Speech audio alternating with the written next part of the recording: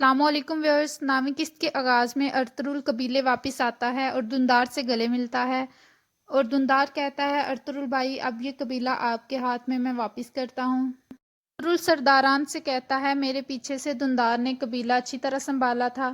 سرداران کہتے ہیں جی بہت اچھی طرح سنبھالا تھا۔ دندار ارطغرل کو بتاتا ہے کہ حاجہ توران کو میں نے سپاہیوں کے ساتھ سونا ڈھونڈنے بھیج دیا ہے۔ وہ آدمی بہت ضد کر رہا تھا، اگر میں اسے نہ بھیجتا تو وہ آدمی شاید مر جاتا۔ ارطغرل کہتا ہے تم نے بہت اچھا کیا۔ دوسری طرف ندی کا سین چل رہا ہے۔ حاجہ توران سپاہیوں کے ساتھ ندی میں پہنچ چکا ہے اور وہ گھوڑے سے اتر کر ندی کی طرف بھاگتا ہے اور سونے کی تلاشی شروع کر دیتا ہے۔ سامسا سپاہی حاجہ توران کو کہتا ہے کہ سونے کے شکار آدمی دھیان سے سونا تلاش کریے گا، کہیں خود نہ ساتھ گم ہو جانا۔ حاجہ توران کہتا ہے میں بہت ایکسپرٹ ہوں، ایسا نہیں ہوگا۔ سامسا کہتا ہے جی ٹھیک ہے، اور پھر حاجہ توران سونا تلاش کرنے لگ پڑتا ہے۔ وہ تھوڑی سی مٹی اٹھاتا ہے اپنے ہاتھ میں اور اس مٹی کے ساتھ سونا بھی آ جاتا ہے۔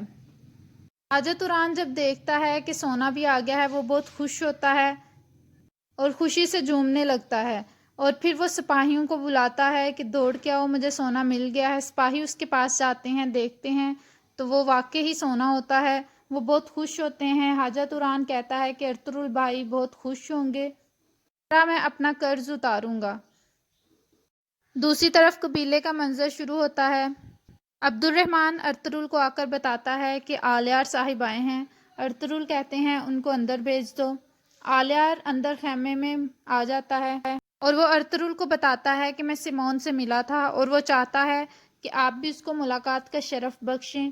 ارطغرل کہتا ہے ٹھیک ہے، مجھے لگتا ہے کہ اورال کو ہماری شراکت داری پسند نہیں آئی، کہتا ہے میں اسے سنبھال لوں گا۔ دوسری طرف آرتک صاحب اور اسحاق درویش خیمے میں آ جاتے ہیں۔ انہوں نے ایک پرندہ بھی ساتھ اٹھایا ہوتا ہے۔ آرتک صاحب آلیار سے ملتے ہیں۔ آلیار کہتے ہیں کیا ارطغرل جانتے ہیں اس بارے میں؟ ارطغرل کہتا ہے جی مجھے آرتک صاحب نے بتا دیا تھا۔ آلیار آرتک صاحب سے کہتے ہیں تو پھر آپ کس نتیجے پر پہنچے ہیں؟ آپ نے پتہ لگا لیا ہے؟ آرتک صاحب کہتے ہیں جی میں نے پتہ لگا لیا ہے، میں نے وہ زہر نکالا اور میں نے یہ 2 پرندوں کو دیا ہے۔ ان میں سے ایک پرندے نے پاگل ہو کر دوسرے کو مار دیا اور خود بھی مر گیا اور وہ زبان واپس کر دیتا ہے۔ آلیار بہت پریشان ہو جاتا ہے۔ وہ آرتک صاحب آلیار کو بتاتے ہیں میں نے ایسا زہر اپنی زندگی میں پہلی دفعہ دیکھا ہے، جو اسے کھائے گا وہ خود پاگل ہو جائے گا اور اپنے ساتھی پاس جو لوگ بیٹھے ہوں گے ان کو نقصان پہنچائے گا۔ آلیار چلا جاتا ہے اور آرتک صاحب ارطغرل سے پوچھتے ہیں کہ کیا آپ کو جاندار صاحب پر بھروسہ ہے؟ ارطغرل کہتے ہیں کہ جاودار قبیلے میں ہم صرف اسلحان خاتون اور آلیار پر بھروسہ کر سکتے ہیں اور کسی پر بھی نہیں۔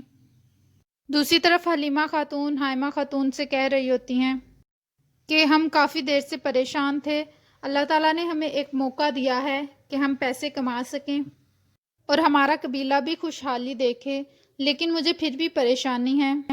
حائمہ خاتون بھی کہتی ہیں میں بھی اس شراکت داری سے پریشان ہوں کیونکہ ارطغرل کو جاندار صاحب اور اورال پہ کوئی بھروسہ نہیں ہے، لیکن اسلحان خاتون اور آلیار بھی تو ہیں۔ حلیمہ سلطان کہتی ہیں کہ وہ بھی اسی باپ کی اولاد ہیں، وہ ہمارے لیے اپنے باپ اور بھائی کے حکم کو پس پشت نہیں ڈالیں گے، کہتی ہیں لیکن وہ ہمارے انڈر کام کریں گی کارخانے میں، تم پریشان مت ہو۔ اسی طرف آنلی بازار کا سین شروع ہوتا ہے۔ ماریا ترگت کے پاس بیٹھی ہوتی ہے اور اسے کہتی ہے کہ اس دنیا میں سب سے زیادہ سونے کی حکمرانی ہے، خدا صرف ہماری روح کے اندر تک ہی رہ گیا ہے۔ ترگت کہتا ہے وہ مریں گے جو غفلت میں رہتے ہیں، یہ دنیا فانی ہے اور آگے صرف اچھے اعمال جانے ہیں، سونا اور یہ ساری چیزیں اس دنیا میں رہ جائیں گی۔ ماریا کہتی ہے تم ٹھیک کہہ رہے ہو۔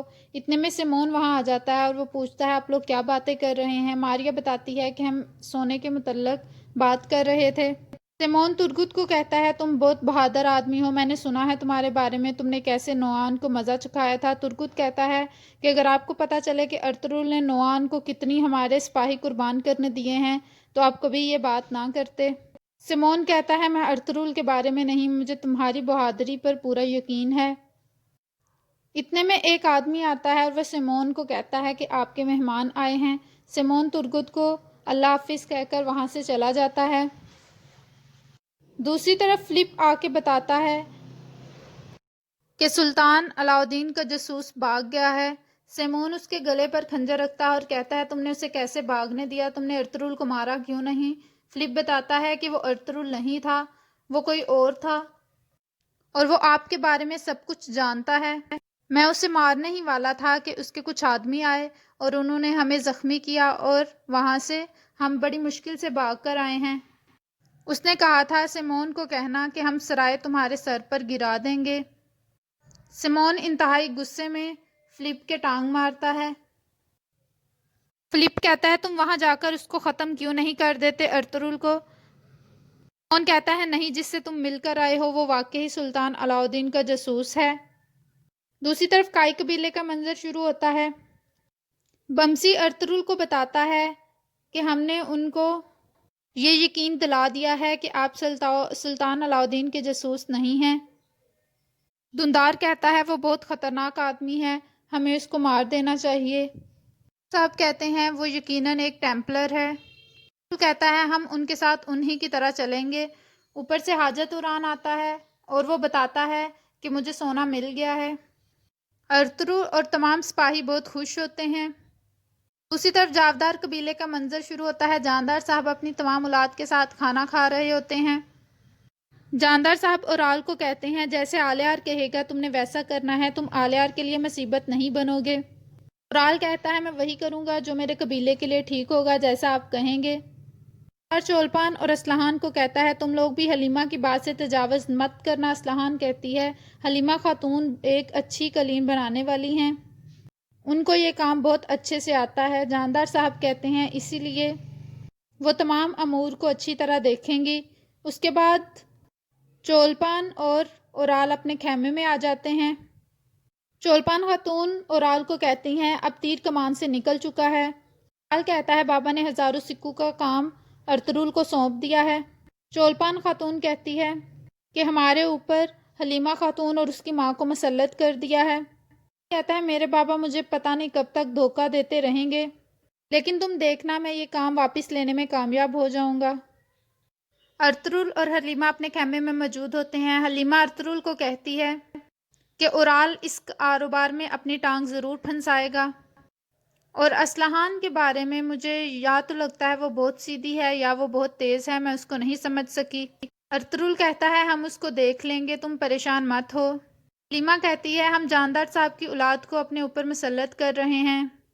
ارطغرل کہتا ہے سب ٹھیک ہو جائے گا، تم پریشان نہ ہو۔ اسی طرف جاندار کے قبیلے کا منظر شروع ہوتا ہے۔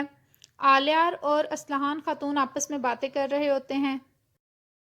اسلحان اورال کو بتاتی ہے کہ توختامش کو اورال بھائی کے بارے میں پتہ چل گیا تھا۔ آلیار کہتا ہے کہ بھائی کو میں دیکھ لوں گا، تم چولپان خاتون پر نظر رکھنا۔ اتنے میں اورال خیمے میں داخل ہوتا ہے۔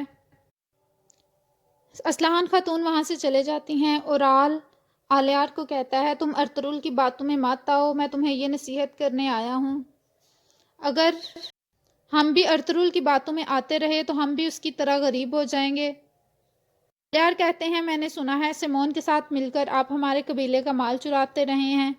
اورال کہتا ہے تم نے غلط سنا ہے۔ آلیار کہتا ہے بہتر ہوگا بھائی آپ ان چیزوں سے باز آ جائیں۔ دوسری طرف کائی قبیلے کا منظر شروع ہوتا ہے۔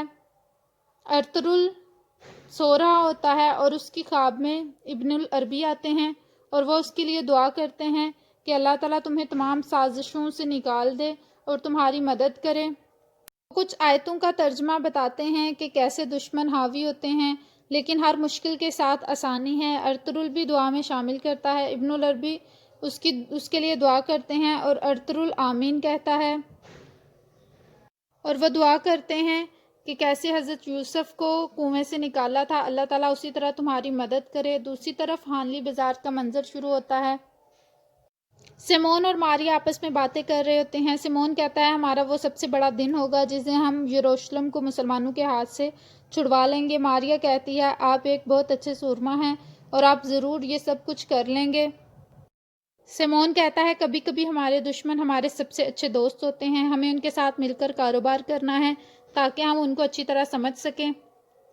ماریا کہتی ہے اگر آپ ارطغرل کی پیشکش مان لیں گے تو اورال اس پر گرائے گا۔ سیمون کہتا ہے مجھے اورال کی نہیں سننی ہے، یہ ایک اچھی پیشکش ہے اور میں اس کو ضرور قبول کروں گا، اور اورال اسی طرح ارطغرل کو پریشان کرے گا اور دونوں قبیلوں کی شراکت داری خطرے میں پڑ جائے گی۔ اور یہاں پہ اس قسط کا اختتام ہوتا ہے۔ لائک کریے گا، سبسکرائب کرے گا، کمنٹ کر کے بتائے گا کیسے آج کی ایپیسوڈ